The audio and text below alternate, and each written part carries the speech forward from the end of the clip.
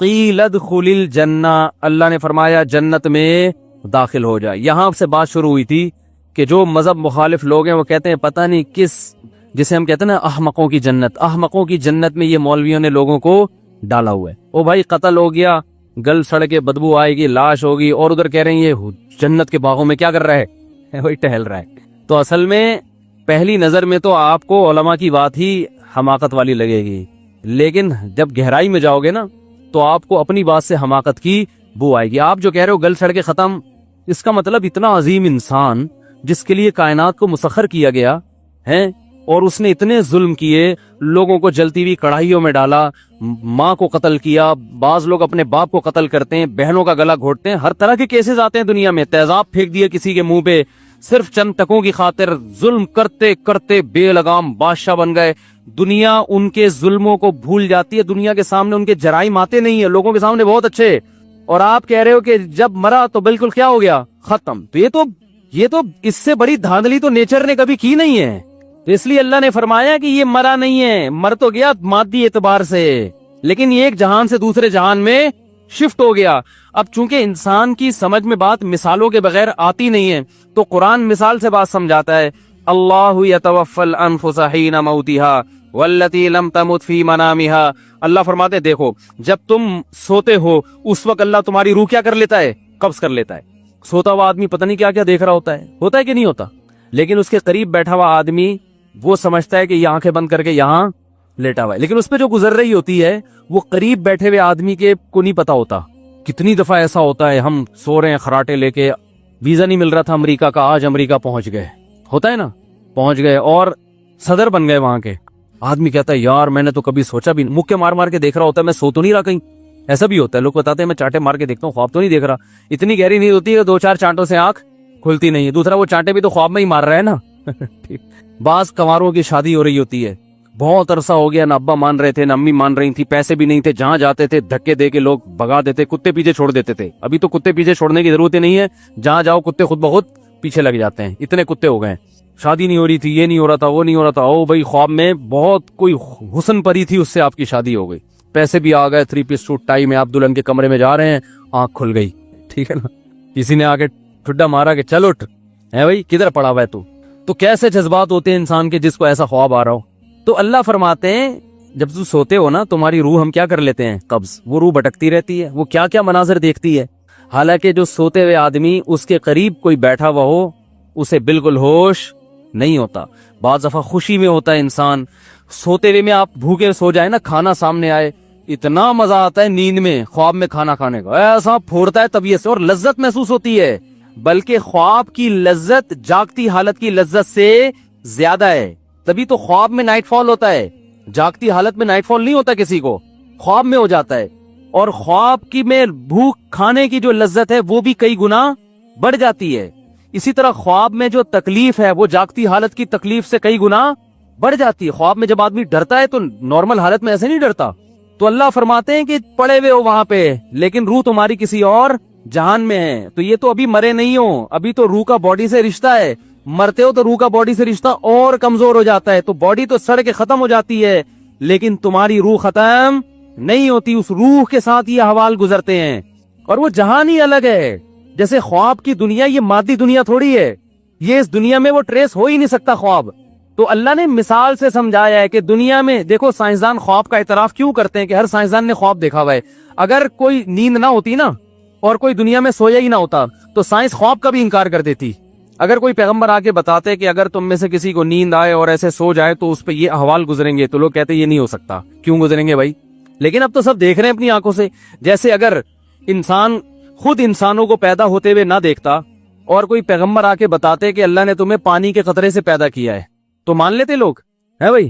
سوال ہی پیدا نہیں ہوتا، کہتا پانی کے قطرے میں آنکھ ناک کان دل دماغ جگر کیسے بن گیا، اور پیغمبر بتاتے کہ یہ پانی کا قطرہ ماں کے پیٹ میں اس میں وجود میں آئے تو آنکھ ناک کان کیسے بنی؟ بھائی جو روٹی کھاتے ہو نا اس روٹی سے آنکھ بنی، اسی سے کان بنی، اسی سے ناک بنی، اسی سے دماغ بنا، کوئی مان لیتا؟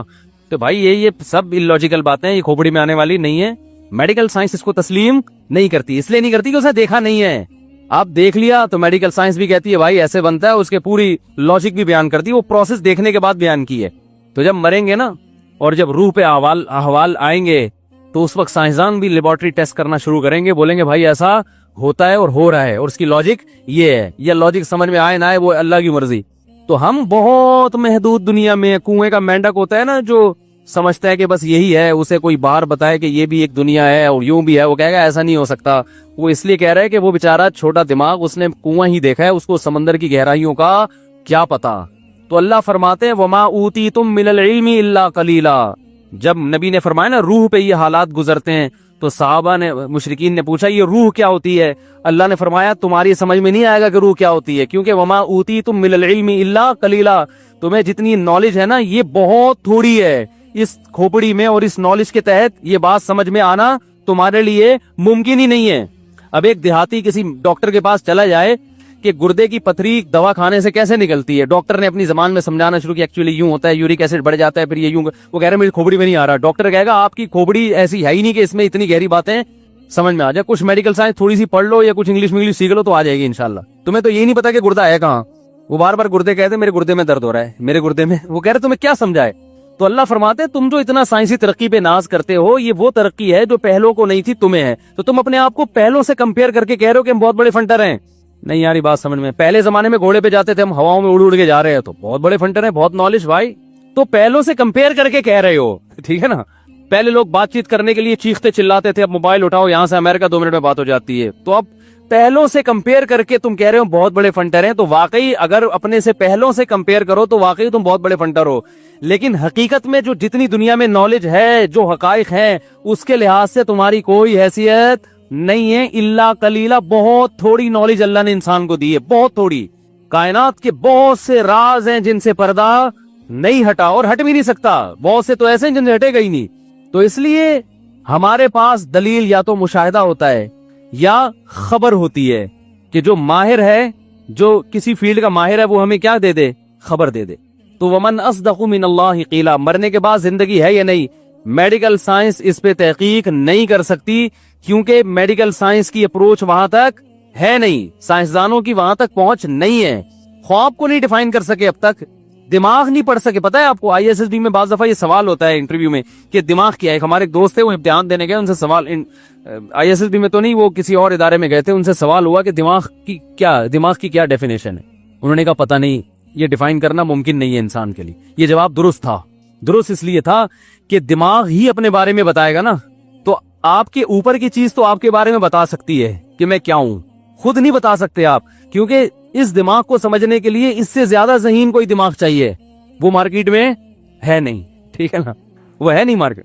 تو یہ میڈیکل سائنس خود مانتی ہے کہ ہم تحقیق ایک دائرے تک کر سکتے ہیں, اس سے زیادہ ریسرچ ہمارے دائرہ کار میں ہے نہیں, یہ پاسبل نہیں ہے. تو انسان کی ابتدا کیسے ہوئی, یہ انسان کے لیے میڈیکل سائنس کے ذریعے پہچاننا ممکن ہے ہی نہیں. کائنات کی ابتدا کیسے ہوئی, قیامت تک ایسے آلات دریافت ہی نہیں ہو سکتے جو یہ بتا سکے کہ کیسے ابتدا ہوئی ہے. ناممکن ہے کہ کیسے ابتدا ہوئی ہے. یہ جو تھیوریز ہیں, نظریات ہیں کہ ممکن ہے ایسے ہو, ممکن ہے ایسے ہو, یہ ریسرچ تھوڑی ہے. جس چیز کو سائنسدان خود ریسرچ نہیں کہہ رہے, آج ہماری یونیورسٹیوں میں اس کو ریسرچ کہہ کے پڑھایا جا رہا ہے. ڈاروین نے یہ ریسرچ تھوڑی پیش کی تھی کہ انسان بندر سے بنا ہے, وہ ریسرچ تھوڑی تھی. وہ کہتے ہیں, اور ڈاروین کے پورے الفاظ کیا ہیں کہ اگر یہ فرض کر لیا جائے کہ اس انسان کو کسی خدا نے نہیں بنایا, یہ فرض کر لو, تو پھر ممکن ہے کہ یہ ایسے ہوا ہو, یہ پروسیس ہوا ہو. تو وہ خود بیچارہ کنفیوز ہے کہ ہوا کیا تھا. اور ہمارے ہاں اس بیس پر خدا کا انکار کر دیا, پیغمبروں کا انکار کر دیا, آسمانی کتابوں کا انکار کر دیا, اور انسان کو ایک مشین بنا دیا. اب جو چاہے کرتے پھرو, وہ ٹھیک ہے, ایتھیسٹ یہ نہیں کہتے جو چاہے کرتے پھرو, لیکن جب آپ آخرت کا انکار کر دو گے تو پھر جو چاہے کرتے پھرو گے. تو کرو گے بھائی آپ, جب حساب و کتاب ہی نہیں ہے تو پھر ابا کو گھر میں رکھ کے ٹینشن بولو نا بھائی کیوں پالنی ہے. تو ہر وہ چیز جو آپ کے انٹرٹینمنٹ میں رکاوٹ بنے, کباب میں ہڈی بنے, اسے سائڈ پہ لگاؤ. یاد کہتے ہیں بوڑھے ابا اما نے اپنی زندگی گزار لی, ہمیں لائف کو انجوائے کرنا ہے. یہ کھانستے ہیں, ان کے لیے ایدی سینٹر ہے. یہ اما کھانستی بھی اچھی نہیں لگتی, ان کے لیے کیا ہے, ایدی سینٹر. بچی 18 سال کی ہوئی ہے, وہ ابا کو ٹھینگا دکھائے گی, ابا میں اپنے بوائے فرینڈ کے ساتھ جا رہی ہوں. ایکچولی آپ نے اپنی لائف کو انجوائے کیا, تو اب میں اس اسٹائل میں تو نہیں کہہ سکتا, ان کا اسٹائل تو بڑا ہی نرالا ہوتا ہے. تھوڑی سی میں کوشش کرتا ہوں, آپ نے اپنی لائف کو انجوائے کیا, اب آپ کباب میں ہڈی بننے کی کوشش نہ کریں. تو شروع میں وہ کوشش کرتے تھے, غصہ آتا تھا, اب انہوں نے بھی کوشش کرنا چھوڑ دی. بلکہ کہتے ہیں بیٹا آپ 18 سال کی ہو گئے, آپ کو پتہ ہی نہیں, آپ ابھی تک گھر میں بیٹھے بھی ہو. بھائی اب تو دکھا رہے ہوتے ہیں, یہ دیکھو برتھ سرٹیفکیٹ آپ کا 18 کی ہو گئی اور آپ یہاں بیٹھے, چلو دفعہ یہاں سے نکلو, یہاں سے. اس کو پتہ ہے اس نے نکلنا تو ہے, تو نکلو پتلی گلی سے, مجھ سے کیوں کھانا مانگ رہی ہو. تو یہ ہو جائے گا تھوڑے دنوں میں, اگر نہیں ہوا تو بہت سے ہو ہی گیا, لیکن اس سے آگے معاملہ جائے گا, بہت تباہی آنے والی ہے بھائی. ابھی یہ صرف ہومو سیکس کو انہوں نے حلال کر دیا, اتنا نہیں ہے, ابھی آگے بھی جائیں گے, یہ اس سے بھی آگے اور برائی معاشرے میں پروموٹ کریں گے. پتہ نہیں کیا کیا ہونے والا ہے, اللہ ہماری حفاظت فرمائے. کیونکہ جب کوئی روکنے والی طاقت ہی نہیں ہے, کوئی بتانے والا ہی نہیں ہے کہ حلال کیا ہے حرام کیا ہے, خود سے بیٹھ کے کھوپڑی استعمال کریں گے, تو آپ مجھے بتاؤ اسمبلی میں اگر زیادہ شراب پینے والے لوگ ہوں تو وہ شراب کو حرام کر سکتے ہیں؟ وہ کہہ رہے ہیں یار ہم تو یہاں بیٹھ کے ہمارا ذہن کام ہی جب کرتے ہیں جب ہم پی کے آتے ہیں, تو اگر شراب پہ بھی ہم ڈسکس کریں گے تو 2-3 بوتلیں پی کے کریں گے. تو کہیں گے یار ہم شراب کے ٹاپک پر اسمبلی میں بیٹھے بات چیت کرنے کے لیے کہ الاؤڈ ہے یا ناٹ الاؤڈ ہے, تو اس ٹاپک پر بات کرنے سے پہلے ذرا 2 بوتلیں ہو جائیں, کیونکہ بہت حساس ٹاپک ہے. کہیں گے نا وہ, اب وہ پی کے جب ان کا دماغ حاضر ہوگا, ہاں آپ بتائیں کیا کہنا ہے, تو وہ کہیں گے یار جو پی کے جب ہم خود اس بات کریں ہم تھوڑی آرام کر سکتے ہیں, تو قوم کا بیڑا غرق ہوگا کہ نہیں ہوگا. تو اس لیے اللہ نے کہا قانون سازی انسانوں سے نہیں کرواؤ, یہ تمہاری طرح کے انسان ہیں جو تم پر مسلط ہو گئے ہیں, یہ اپنے مفاد پہلے سامنے رکھیں گے, تمہارے مفاد بعد میں. تو اس لیے قانون اللہ بناتا ہے. اللہ نے جب قانون بنایا تو رسول اللہ صلی اللہ علیہ وسلم نے جب اعلان کر دیا, دیکھو آپ کی کوئی شورا نہیں تھی جو قانون سازی کرتی ہو. نبی صلی اللہ علیہ وسلم کی شورا میں بہت سے صحابہ تھے. اس وقت شراب چونکہ زمانے جاہلیت میں لوگ پیتے تھے اور شراب کی حرمت نازل نہیں ہوئی تھی, اس وقت بھی بہت سے لوگ شراب پی رہے تھے. تو اگر آپ ان سے مشورہ لیتے تو بہت سے لوگ ہو سکتا ہے کہتے ہم کیسے چھوڑ دیں, اوپر سے قانون نازل ہوا فجتنبوہ, چھوڑ دو اس کو, رجس ناپاک ہے, چھوڑ دو اس کو. تو بس صحابہ نے کیا کیا بھائی, اب اللہ کا حکم ہے, اب ہمارے پاس آپشن ہے ہی نہیں کہ پینی ہے کہ نہیں پینی. سر میں درد ہوتا ہے نہیں ہوتا, فائدہ ہوتا ہے نقصان ہوتا ہے, صحت اچھی ہوتی ہے نہیں ہوتی, یہ ٹاپک اللہ نے ہمیشہ کے لیے بند کر دیا, ختم, نہیں پینی. تبھی آج بھی پوری دنیا میں مسلمانوں میں شراب کا ریشو سب سے کم ہے. تو مرنے کے بعد اللہ نے کیا فرمایا, ایسا نہیں, وہ قرآن کا دعویٰ دیکھو, ادھر اس کو شہید کیا ہے, حبیب نجار اس کا نام کتابوں میں لکھا ہوا ہے کہ شہید کیا, دھوبی تھا بیچارہ کہا جاتا ہے. تو اس نے جب تبلیغ کی ہے تو قوم نے اس کو قتل کر دیا. قتل کر کیا ہے, اللہ فرماتے ہیں قیل ادخل الجنہ, ادھر شہید ہو رہا ہے, ادھر کہاں جا رہا ہے, جنت میں. ممکن ہے کسی کو اشکال ہو, جنت تو قیامت کے بعد ہوگی, تو جنت سے مراد یہاں برزخ ہے, برزخ میں بھی ایک جنت ہے, برزخ میں بھی ایک جہنم ہے. جو اصل باغات والی جنت ہے وہ تو آخرت میں ملے گی نا, وہ تو جب میدان حشر میں حساب